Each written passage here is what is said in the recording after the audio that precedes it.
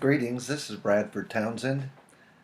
I'd like to speak to my viewers about economic collapse alarmists debunked. I would like to debunk and discredit all these scaremongers out on the internet and cover some things that I think, from an empirical, objective, scientific standpoint, that the United States, in particular, my country, will continue to thrive, and there will not be a zombie apocalypse, cannibalism in the streets, bandings running amok. There will be no Mad Max situation. And I'd like to do this as if it was a intelligence report, as if I was with, let's say, the French or Russian intelligence services and was writing a report on the long-term future of the United States. Firstly, the United States and North America in general is an agricultural superpower. It ties with China with the largest amount of arable land. Unlike China, the United States has the Great Lakes, the world's largest freshwater source. This is very important to industry. By far the best river and canal water transport system in the world. This is very important because water transport is 8 times more efficient than rail and 30 times more efficient than trucking. Rivers such as the Ohio and Mississippi would take an enormous amount of resources to build road and rail that would be as productive, and they would still be less efficient from an energy expenditure standpoint. The United States is so powerful in agriculture, it exports half of its corn and half of its soybeans, and U.S. agricultural exports for several years now have been over the $100 million mark, helping feed millions and millions around the world. Half of the arable land used in the United States is inefficient in that it is used for animal husbandry. Cows eat 20 to 30 pounds of feed a day, and ethanol from crops is used as an additive in gasoline in the United States. This land could be converted in an emergency situation to much more productive soybeans and corn and wheat and rice to feed the people. So we have ample food, and I see no scenario in which the United States would go into hunger or famine. We also have vast amounts of fossil fuel reserves, as the United States has now become the world's largest petroleum producer. We have large forests of renewable forest that can be used for lumber, which can be used as a building material for furniture and all types of things. America spends less than any other nation of its disposable income on food. And in fact, of adults over 40, 2/3 are overweight or obese. We actually have a food abundance program and throw away billions of pounds of food that is wasted. From a geographic standpoint, not only do we have navigable rivers, which no other country can match, and the largest freshwater reserves, the U.S. has excellent ports, many of them. I'm only named 2, New York City and San Francisco. Another world power, Russia, the Soviet Union, struggled as they do not have many good all-weather ports. So it really is an asset having an abundance of good ports that are access to the oceans, which again is the most efficient way to transport goods, especially commodity goods like grain and coal. Militarily, we're the world's largest superpower and the most competent. The U.S. Navy is especially competent. We have the world's largest intelligence services, which would make surprising us and the intelligence services and the military contribute to the economy in scores of ways, funding all types of research and development. If we're looking at some kind of doomsday scenario, an amphibious invasion would be easily detected and sunk by U.S. submarines, aircraft, and surface vessels. So there's realistically, at least in mine and probably my children's lifetime, I foresee no large-scale invasion of North America being feasible by another foreign power. The U.S. Navy, as the world's not only largest isn't most important, but the world's most competent Navy, and our military in general has seen so much action, so to speak, has become much, much more competent. And the Air Force, the Marines, they've all changed and improved their doctrines and way of doing things. The Air Force, without risking very many human lives, could go anywhere in the world and bomb vital infrastructure, power grids, seriously damaged ports, making them unusable. We could take out key communication centers, water plants, and waste treatment plants, which would devastate their economies, spread disease, make it difficult to supply health care. So the United States can project power overseas, while it's very difficult to impossible for any major power today to project over here other than creating some disruptions. So we have overwhelming military superiority and overwhelming intelligence, psychological warfare, as we spend more than all the other intelligence agencies in the world combined. Diplomacy is a type of power. The U.S. has the world's largest diplomatic service, as well as a seat on the United Nations Security Council, which makes it difficult to form coalitions against the United States, and helps the United States engage in global trade, opening up markets, and maintaining hopefully positive, peaceful, productive relations with the vast majority of the world's countries. They also are places where larger and medium-sized businesses can go and get help doing business in foreign markets, and it's a place that they can appeal to for help.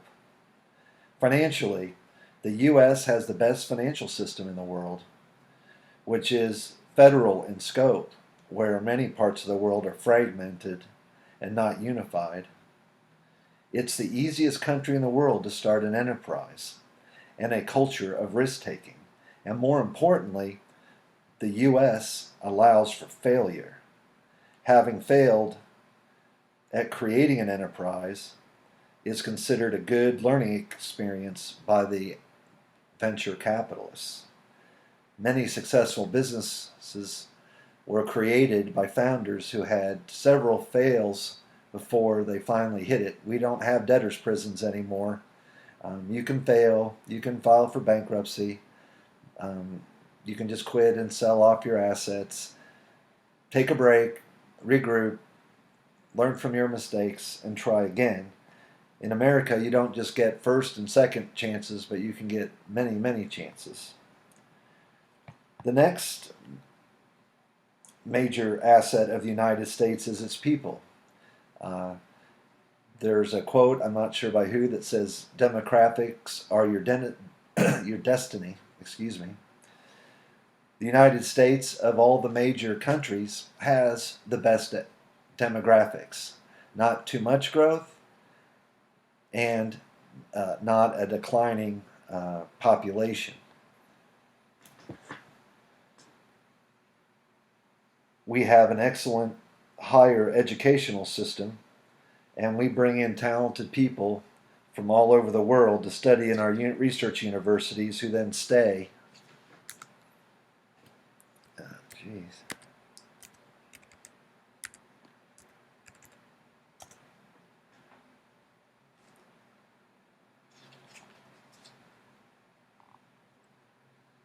The top 5% of our students coming out of secondary education usually can get into an excellent school of higher learning, and these talented students who have received world-class educations then go work in government bureaucracies and enter industry in the private sector. No other country has both the large scale of immigration of young adults and the educational institutions and ways of integrating them into our society. Free enterprise. The U.S. economy allows market forces to shape the economy more than any other major state or economic zone. Countries such as France, Japan, Russia, China, many of their larger corporations were founded and are funded and are parts of the state. A much larger percentage of small, medium, and large companies in the United States are subject to the free markets, which forces them to react to market signals and flags, and they can fail. And this is part of the reason that the United States seems to always have a lower employment rate than many other developed countries. The debt problem, which is what I hear many doomsdayers talking about, and the most important part of this video is coming next. The U.S. private, public, municipal, state, and federal debt is high and is a grave problem. While it can be solved in the future by Chapter 13 bankruptcy, or an equivalent on a grand scale. It is my individual opinion this would cause an economic contraction and many radical reforms, but not a total collapse leading to famine and starvation. The reforms could lead to an even stronger United States in the long and intermediate term. That we could recover in as little as 5 years from what some call a doomsday collapse, if it does occur. Case in point, I live in the state of Indiana. The state of Indiana went bankrupt in the 1800s building a canal system. After negotiating with their creditors, they signed a balanced budget amendment. And Hoosiers, those are people, that's the name for someone from Indiana, have had a balanced budget for decades. And that's why many of our politicians are generally looked to as higher federal leaders because they see how well the state of Indiana is managed. It's a world leader in manufacturing. It's a world leader in agriculture. It has, I think, at least 3 of the world's top 100 ranked universities. Notre Dame, an elite Catholic university, which has science, medicine, engineering. Purdue University, the home of many astronauts and Nobel laureates, as well as Indiana University, which also has had Nobel laureates in biology and economics. And these are flagship schools, both parochially and for the taxpayer subsidized universities. The U.S. most probably will be the world's most powerful and leading state for the forecastable future. We will have contractions, those are recessions and depressions in the economy. These are normal and they happen periodically, as they have for the last 236 years and even prior to American independence. Economic contraction leads to reallocation of resources and capital Such will make the economy much more productive and efficient. What happens in the economic cycle is you go through a period of growth and expansion. Capital is misallocated. People are optimistic about the future. Uh, Money for ideas may be abundant and easily to obtain. This leads to overcapacity, both in service sectors, construction, homes, manufacturing, and then you have the natural contraction and drawback, layoffs, and the economy pulls back. Um, then people think things through a little better and rebalance the capital, which is money, machinery, and human beings, and then it goes on to a better period, if not growth, uh, for a better economy. As we do live on a planet with finite resources, just to end this, at some point we need to be content with a certain level of standard of living and go to a um, paradigm of maintaining this comfortable, what I feel is a luxurious lifestyle here in North America, most of North America, compared to where our ancestors lived and what probably the bottom 2 billion people on the earth in income experience. And be more content with what we have and worry about and thinking about and work towards how can we make a better society for people that's more fair, just, more leisure time. People can pursue their interests of music and all the other arts um, rather than accumulating more and more. Um, that's all I have for today. I plan to regularly um, upload videos um, that will help you make better home economics and investment decisions. Um, I will be talking about politics, religion, um, and any topic that pretty much I find interesting. Thank you very much and have a wonderful day.